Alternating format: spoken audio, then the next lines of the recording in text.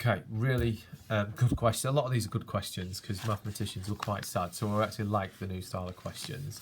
It's just that they're really hard to actually see what they want. Okay, so the diagram shows the first 10 sides of a spiral pattern. Okay, so there is in centimeters. It also gives lengths in centimeters of 5 sides. So the first 5 sides, the lengths are there in centimeters.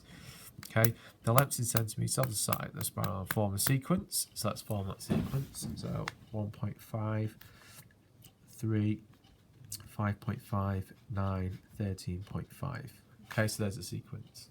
Find an expression in terms of n for the length in centimeters of nth side. So find the nth term, that's what it's saying. So we're going to find the nth term. To find the nth term, the first thing we do is find the gaps. Okay, if all the gaps are the same, it's a very easy nth term question. Okay, but I don't think they are. So gap between that and that is 1.5. Gap between that and that is 2.5. Gap between that and that is 3.5.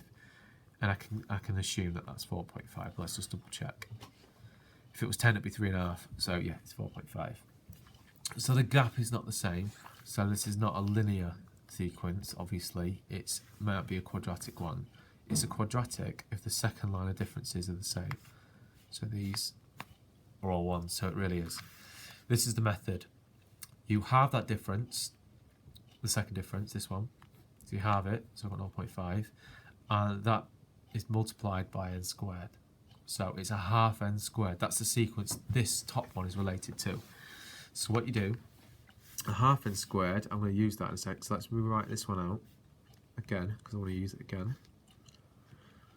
A half n squared is not actually this sequence, so I'll show you that now. So for half n squared, right, is 1, 4, 9, 16, 25. It's just the square numbers, okay? So half of that, if you halve these, it's not those, but I need to find out what the difference is between half n squared, so let's do half n squared. So half of 1 is 0.5, half of 4 is 2, half of 9 is 4.5, half of 16 is 8, half of 25 is 12.5, and I need to figure out what the difference is between my rule so far and the actual sequence. That's literally what I'm doing. The difference meaning subtract. So 1.5 take with that, 3 take with that, that took with that, and so on, so on, and so on. I've got a difference of 1.